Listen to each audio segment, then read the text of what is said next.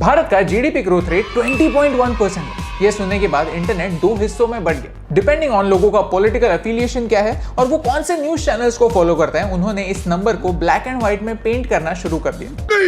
मैं नहीं मानता। लेकिन असली सच इन दो एक्सट्रीम्स के बीच में कहीं है। In the next few minutes हम भारत की जीडीपी नंबर्स की रियलिटी जानेंगे और फिर आप खुद डिसाइड कीजिए कि क्या ये रिजल्ट्स पॉजिटिव हैं या नेगेटिव। तो अगर आपको इस वीडियो से वैल्यू मिलती है तो इसे अपने दोस्तों के साथ शेयर कीजिए, एक कॉन्वर्सेशन स्टार्ट कीजिए। भारत के लिए इंपॉर्टेंट टॉपिक्स को एक आसान भाषा में आपके सामने लाना हमारा मिशन है। हमें सपोर्ट करने के लिए हमारे यूट्यूब चैनल को सब्सक्राइब कीजिए और इस बेल आइकॉन को प्रेस कीजिए। सबसे पहले एक आसान भाषा में जानते हैं कि जीडीपी होता क्या है। जीडीपी एक साल में एक देश ने प्रोड्यूस किए हुए सारे गुड्स और सर्विसेज की टोटल मॉनेटरी वैल्यू होती है। जीडीपी कैलकुलेट करने के 3 मेथड्स हैं, बट फॉर सिंपलिसिटी से हम सिर्फ एक मेथड पर फोकस करते हैं, C+I+G प्लस इंपोर्ट और एक्सपोर्ट का डिफरेंस। C यानी पर्सनल कंजम्पशन एक्सपेंडिचर, लोग अपनी जरूरतों के लिए कितना खर्च करते हैं।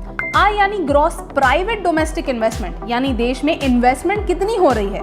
G यानी government consumption and investment expenditure, government अपने प्रोजेक्ट्स के थ्रू कितना खर्चा कर रही है, कितनी एम्प्लॉयमेंट जनरेट कर रही है। और आखिर में इंपोर्ट और एक्सपोर्ट का डिफरेंस।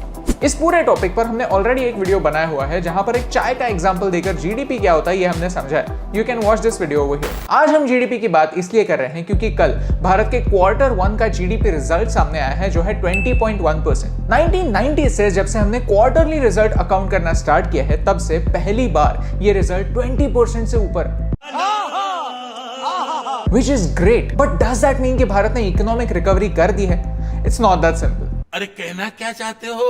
पिछले साल जब इसी टाइम जीडीपी 24% गिर गया था तब भी हमने यही कहा था, और आज जब जीडीपी 20% से इंक्रीज हुआ है तब भी हम यही कहेंगे कि कोई भी नंबर आइसोलेशन में सिर्फ आधी कहानी बताता है। चलिए ईयर ऑन ईयर कंपैरिजन को हम एक आसान भाषा में समझते हैं। यूजुअली हम मार्क्स को परसेंटेज में कैलकुलेट करते हैं। अगर हमें 100 में से 90 मार्क्स मिले तो हम कहते हैं हमें 90% मिले। 90/100 × 100 = 90। लेकिन ग्रोथ परसेंटेज कैलकुलेट करने का फॉर्मूला ये है, new GDP minus old GDP divided by old और base into 100 is equal to growth rate. अब इसे एक एग्जांपल की मदद से समझते हैं। फॉर एग्जांपल, आपको 5th स्टैंडर्ड में मैथ्स में 90/100 आए। 6th स्टैंडर्ड में कुछ रीजन की वजह से आपकी अच्छी तरीके से पढ़ाई नहीं हुई और आपको सिर्फ 69 आए, तो आपके year on year growth rate को कैसे कैलकुलेट किया जाएगा? It will be 69 minus 90 divided by 90 into 100 which comes to -23 point something। लेकिन अगली बार आपने अच्छी पढ़ाई की और आपको 83 मार्क्स आए, तो फिर वो ग्रोथ रेट कैसे कैलकुलेट होगा? 83 minus 69 divided by 69 into 100 which is 20.2 something। GDP growth का ईयर टू ईयर कंपैरिजन यही होता है, जहां आपका इस ईयर का जीडीपी पिछले साल के इसी पीरियड के जीडीपी से कंपेयर किया जाता है। ये एक ग्रोथ रेट होने की वजह से पिछले साल जो नेगेटिव ग्रोथ हुई थी इसका एज अ बेस इस साल फायदा हुआ। जीडीपी के अलावा कुछ और इंडिकेटर्स हैं कि जो आने वाला टाइम भारत के लिए अच्छा होने वाला है या नहीं, ये प्रिडिक्ट कर सकते हैं। तो हमारा फ्यूचर क्या होगा? आज के टाइम पर नेगेटिव और पॉजिटिव दोनों तरह के इंडिकेटर्स हैं। नेगेटिव इंडिकेटर ये है कि एक वी शेप्ड रिकवरी के लिए प्री पैंडेमिक लेवल तक जीडीपी बाउंस बैक करना जरूरी होता है। यानी आपको जितने मार्क्स 5th स्टैंडर्ड में मिलते थे एटलीस्ट उतने मार्क्स मिलने चाहिए थे। जहां आपको 90/100 मिलने चाहिए थे वहां आपको अभी 83/100 मिले। 100 में से 83 आना कोई बुरी बात नहीं है, लेकिन कंप्लीट रिकवरी होना अभी बाकी है। इन एक्चुअल टर्म्स 2019 के पहले क्वार्टर में हमारा जीडीपी 35.7 लाख करोड़ था।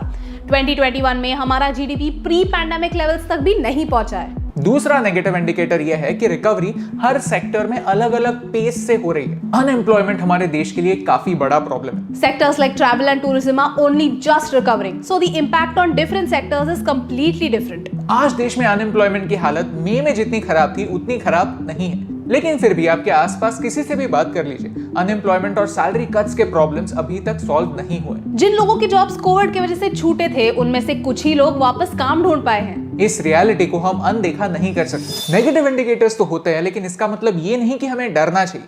नेगेटिव इंडिकेटर्स का मतलब ये है कि हमें केयरफुल रहना चाहिए। अब देखते हैं कि पॉजिटिव इंडिकेटर्स क्या है। इस साल जून के महीने को छोड़कर पिछले 8 महीनों से total GST collections 1 lakh crore rupees per month cross कर रहा है। इसका ये मतलब है कि कई स्टेट्स में इकोनॉमिक एक्टिविटीज वापस बढ़ रहे हैं, लोग चीजें खरीद रहे हैं और बिजनेसेस चीजें बेच पा रहे हैं। IMF मानता है कि भारत की इकोनॉमिक ग्रोथ इस साल 9.5% होगी, which is the highest in the world, जहां यूएस की ग्रोथ रेट 4.9% और चाइना की 5.7% होने वाली है। अगस्त 27 को भारत ने पहली बार एक ही दिन में 1 करोड़ से ज्यादा वैक्सीन डोसेस दिए। This is huge. और ये सिर्फ एक दिन की बात नहीं है, उस दिन के बाद कंसिस्टेंटली ये नंबर बढ़ा है। ये वीडियो बनाते समय भारत ने 1.3 करोड़ से ज्यादा डोसेज एक दिन में लगाए। 140 करोड़ आबादी के इस देश में 1 करोड़ डोसेज एक दिन में लगना एक काफी बड़ी बात, और ये नंबर एक काफी बड़ा इंडिकेटर है कि सही दिशा में एफर्ट्स हो रहे हैं। देश के इकोनॉमिक कंडीशन का देश के हेल्थ से एक डायरेक्ट रिलेशनशिप है, और ये पैटर्न आप अलग अलग नंबर्स में देख सकते हैं। लास्ट ईयर जब कोविड की फर्स्ट वेव आई, उसके तुरंत बाद इकोनॉमिक स्लो डाउन भी हुआ, क्योंकि अनसर्टेनिटी की वजह से लोगों की जॉब्स छूटे और लोगों ने खर्चे कम किए। जीएसटी कलेक्शंस भी इसी साल जून में सबसे कम थे, जब सेकेंड वेव का इम्पैक्ट सबसे ज्यादा दिख रहा था।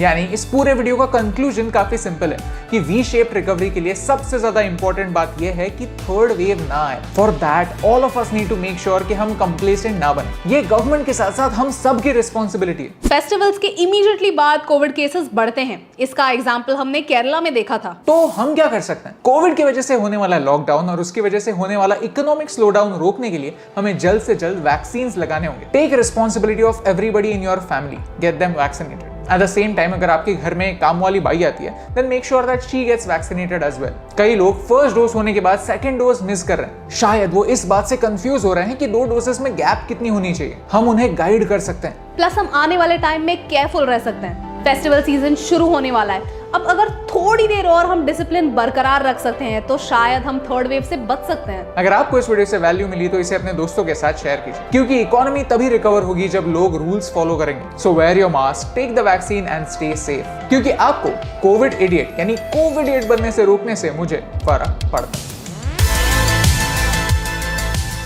हे यस टीम, हम हमेशा सोचते थे कि मीडिया भारत के बारे में इतनी नेगेटिव क्यों, तो हमने एक पॉजिटिव सोल्यूशन बेस्ड अप्रोच अपनाया। अगर आपको ये वीडियो अच्छा लगा तो लाइक बटन प्रेस कीजिए। अगर आप यहाँ पर नए हैं तो यहाँ पर क्लिक करके सब्सक्राइब कीजिए और नए वीडियोस के अपडेट्स मिलने के लिए बेल आइकन को प्रेस कीजिए। और ऐसे ही और पॉजिटिव वीडियोस देखने के लिए यहाँ पर क्लिक कीजिए, क्योंकि आपके सपोर्ट से मुझे फर्क पड़ता है।